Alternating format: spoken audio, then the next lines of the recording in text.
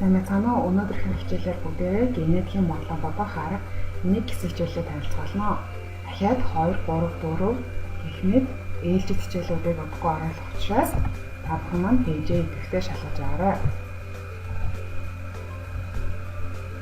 Ингээд хамгийн ихний хичээлээр Gregory Johann Mendel-ийн 1-р хууль мөн генетикийн бичиглэлийг хэрхэн яаж хийдэг талаар мэддэг болцгоё. За, генетикийн бичиглэл хийхэд дараа тэмдэглээнүүдийг ашигладаг. P үсгээр эцэг эхийг илэрхийлдэг. Энэ бол энэ хүйсийг тэмдэглэдэг буюу биеийг илэрхийлж байгааг та бүхэн мэдж байгаа хаа. Энэ бол харин эцэг. Ингээд ээжийн ген нь гомозигот доминант. Аав нь эртсийг. Энэ гентэй эцэг их буюу эр энэ биеийг илэрхийлжүүлэхэд эрхцэлдүүлэгт оруулахад гэсэн үг. Тэгэхээр улаан тэр хивээсэн тэмдгээр эрхцэлдүүлэхийг буюу эрхлэлцүүлэхийг илэрхийлж байна гэсэн. За дараагийн тэмдэгт нь G гэсэн. Үүгээр геметүүдийг илэрхийлдэг бөгөөд энэ тохиолдолд их бие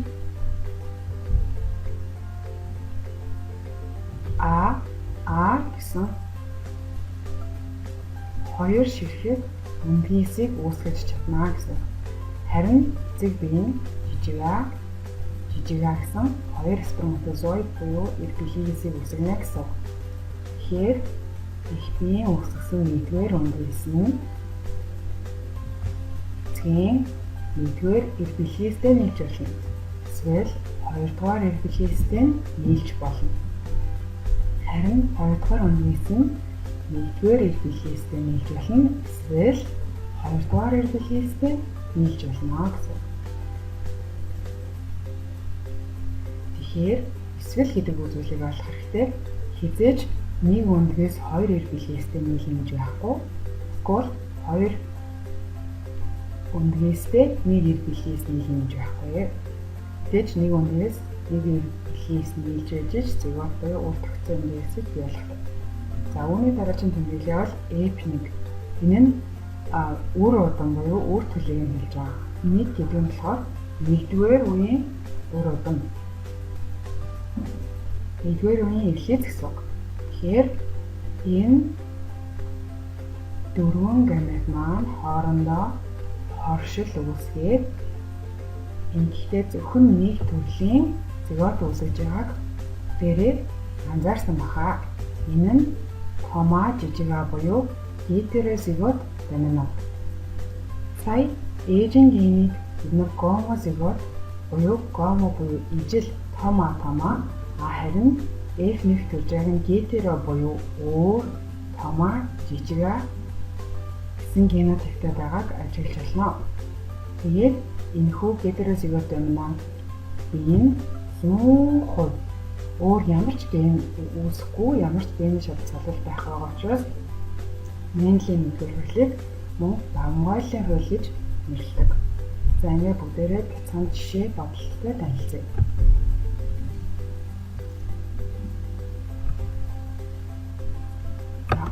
Үрийн ногоон байх өнгийг нь доминант буюу давмгайлагчийн давмгайлагч шинж тэмдэг гэж үзээд харин үрийн шар өнгийг эртсийг жижиг а буюу нуухмал шинж тэмдэг гэж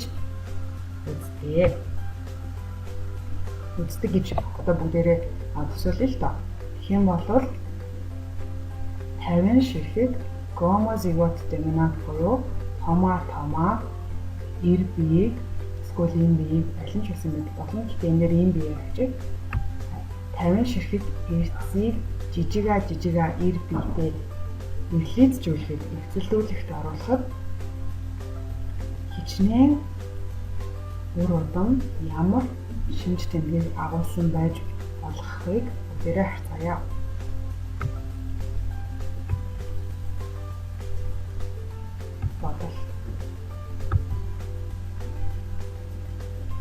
За P үсгээр мөн эцэг хийг тэмдэглэн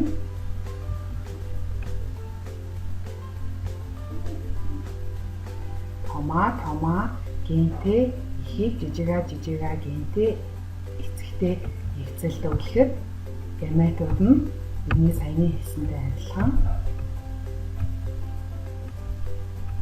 гарч байна. Тэгээд мөн эхний томаа нэгдүгээр жижигаатай хоёрдугаар жижигаа бүхнийг бэлхээстэй аль нэгтэй нийлж болно. Хоёрдугаар өндөөс ч гэсэн мөн адил нэгдүгээр бэлхээстэй нийлж болно. Эсвэл хоёрдугаар бэлхээстэй нийлж болно. Энэхүү хоршил нь нэгдүгээр үе удамдаа бүгдээрээ гетерозигот доминант буюу том ар жижига гэсэн ногоон өнгийн үртэй ургамлагдаг гаргах юм. Тэгэхээр ээж нь томаа гэсэн гентэй харин төрж байгаа үр өдөн нь томаа жижига гэсэн гентэй байгаа мөртлөөс хоёулаа ногоон байна тийм ээ. Тэр жижигагийн шар гэсэн ген илэрхгүй байгаа учраас жижигааг нь эртсий буюу нууртмал харин томааг нь давмгайлагч буюу доминант ген гэж нэрлэдэг байна. Ингээд 50 ширхэг ногоон өртөө урамтай болсон гэсэн. За генетик модель бодохдоо бичиглэлээ ерөнхийд нь таниулах болохоор дэвтрээ ч юм уу эсвэл ашиглаж байгаа цаасаа дөрвөн хэсэг хувааж байгаа.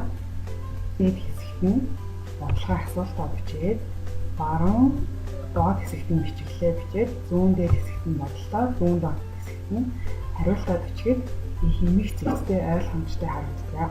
Өнөөдрийн жишээн дээр яг энэ бичиглэлийг ашиглах нь бол хэтэрхий төвөгтэй цаг авсан байх шиг санагдсан болохоор хэрэглээгүй дараагийн хичээлүүдээр илүү дэлгэрэнгүй харах болно. THANKYOU, thank you.